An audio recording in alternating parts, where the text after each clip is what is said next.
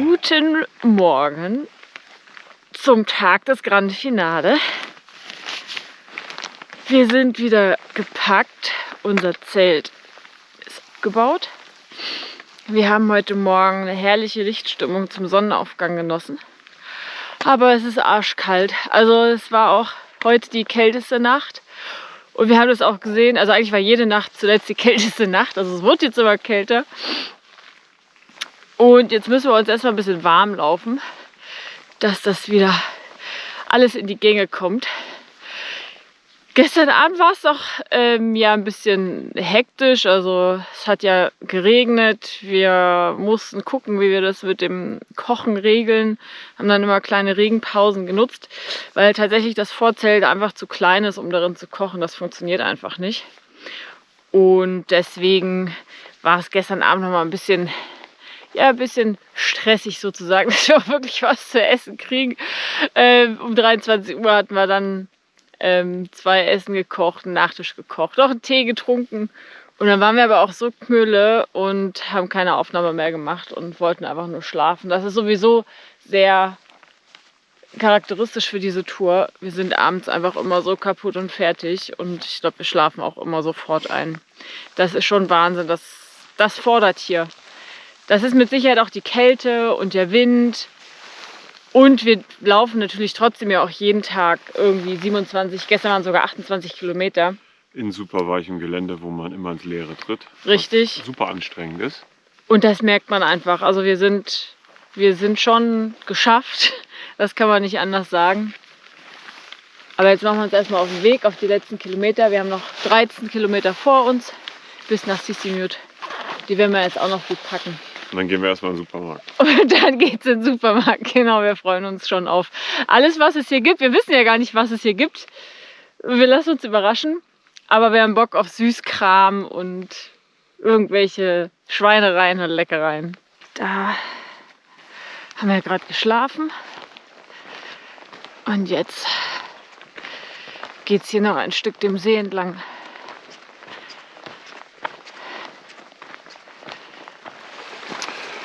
Da hinten können wir schon das Meer sehen. Krass. Also es müsste das Meer sein.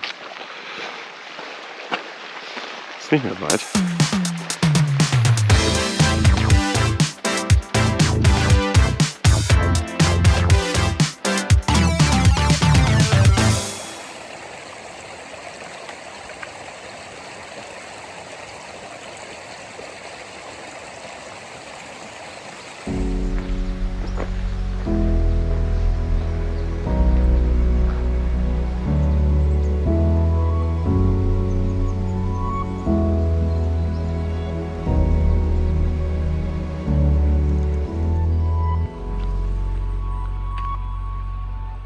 An Tag 11 ist jetzt auch mal Zeit für einen kleinen Bodycheck. Fangen wir mal oben an. Haare. Seit mittlerweile 13 Tagen nicht mehr gewaschen. Ich glaube, meine Frisur, meine Zöpfe habe ich mir in der ganzen Zeit 3-mal neu gemacht. Funktioniert, jeden Tag Kappe drauf. Läuft. Gesicht, keine Ahnung. Ich habe mich schon seit 11 Tagen nicht mehr im Spiegel gesehen. Kann ich nichts zu sagen. Lippen immer trocken, weil ich einfach viel zu wenig trinke. Dann geht es weiter. Oberkörper, alles tipptopp. Verdauung läuft. Einmal am Tag auf Toilette. Stuhlgang ist weicher und heller als normal, aber er ist regelmäßig. Und bei Alex ist es das Gleiche, von dem her alles okay. Ist vielleicht das Essen, das Wasser oder so, aber nichts Verrücktes, alles in Ordnung. Dann geht es weiter, runter, Hüfte funktioniert, tipptopp. Knie, ja, mit der Kälte und bergab merkt man auch, dass es da an der einen oder anderen Stelle zwickt, aber nichts Ungewöhnliches. Ich schiebe es mal auf die extreme Kälte und den Wind, alles gut. Ansonsten an den Knien, Schienbeinen keine Kratzer, keine Schrammen. Trotz meines kleinen Sturzes von gestern. Das ist alles in Ordnung. Ja, und Füße, was soll man dazu sagen? Also, dass die halt sehr oft eiskalt sind, steht außer Frage. Dass sie immer nass sind, ist auch klar. Sie sind also dauerhaft verschrumpelt. Und daher kann man auch kaum irgendwie erkennen, ob es da jetzt Blasen oder Druckstellen gibt. Also eine Blase hatte ich ganz am Anfang, die habe ich aufgemacht. Das war jetzt kein Problem mehr. Aber ansonsten tun mir halt eigentlich dauerhaft meine Ballen weh und irgendwie Hacken Innen- oder Außenseite. Das liegt aber eher hier an der Belastung und an den unebenen Untergründen. Ja, das muss man halt irgendwie akzeptieren. Ist auch nichts Dramatisches. Ist wie es ist. Aber es ist halt ich bin jeden Abend froh, wenn wir ankommen und die Füße sich wieder aufwärmen können. Und gefühlt sind ja doch einfach übergeschwollen. Gleiches gilt übrigens auch für die Hände. Neben den ganzen Mückenstichen, die da drauf sind auch meine Hände irgendwie immer geschwollen. Und ich frage mich, ob das vielleicht durch den heftigen Stockeinsatz kommt, weil wir die Stöcke hier schon extrem einsetzen, um Gleichgewicht zu halten, um irgendwelche Wasserquellen zu umgehen oder Mattstellen. Und ich glaube, davon sind die Hände auch einfach geschwollen und ja, sehr benutzt.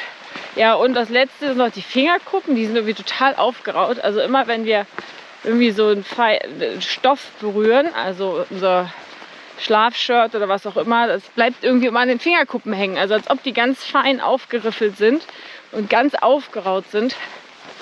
Ja, und ansonsten ist es halt noch die Nagelhaut, die ist überall aufgerissen, auch von zu trockener Haut. Also ich trinke viel, viel zu wenig, also wenn es hochkommt, 1 Liter am Tag. Ich esse aber auch zu wenig, also ich habe kaum Appetit oder Hunger, was wirklich ungewöhnlich ist, weil ich die Erste bin, die auf dem Trail schreit, dass sie Hunger hat. Und das schon direkt nach dem Aufstehen. Aber irgendwie, vielleicht ist es die Anstrengung, die meinen Appetit nicht so fördert. Aber abgesehen davon geht es mir tipptopp. Aber ich bin auch froh, wenn wir heute ankommen.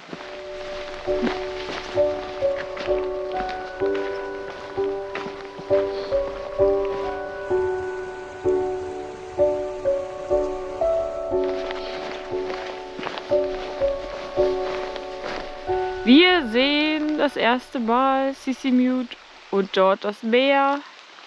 Man kann es vielleicht nicht ganz so gut erkennen, aber wir sehen die ersten bunten Häuschen.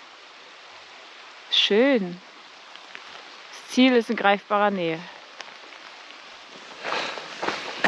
Ja, Freunde, jetzt ist es soweit. 11 Tage sind rum.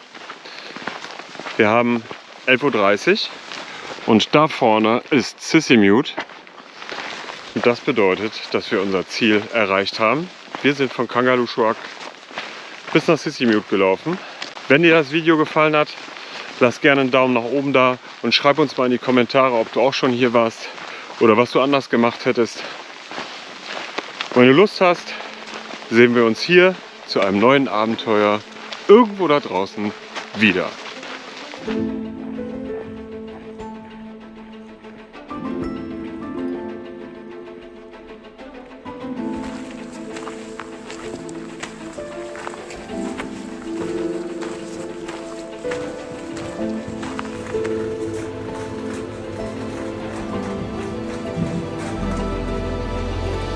Thank you.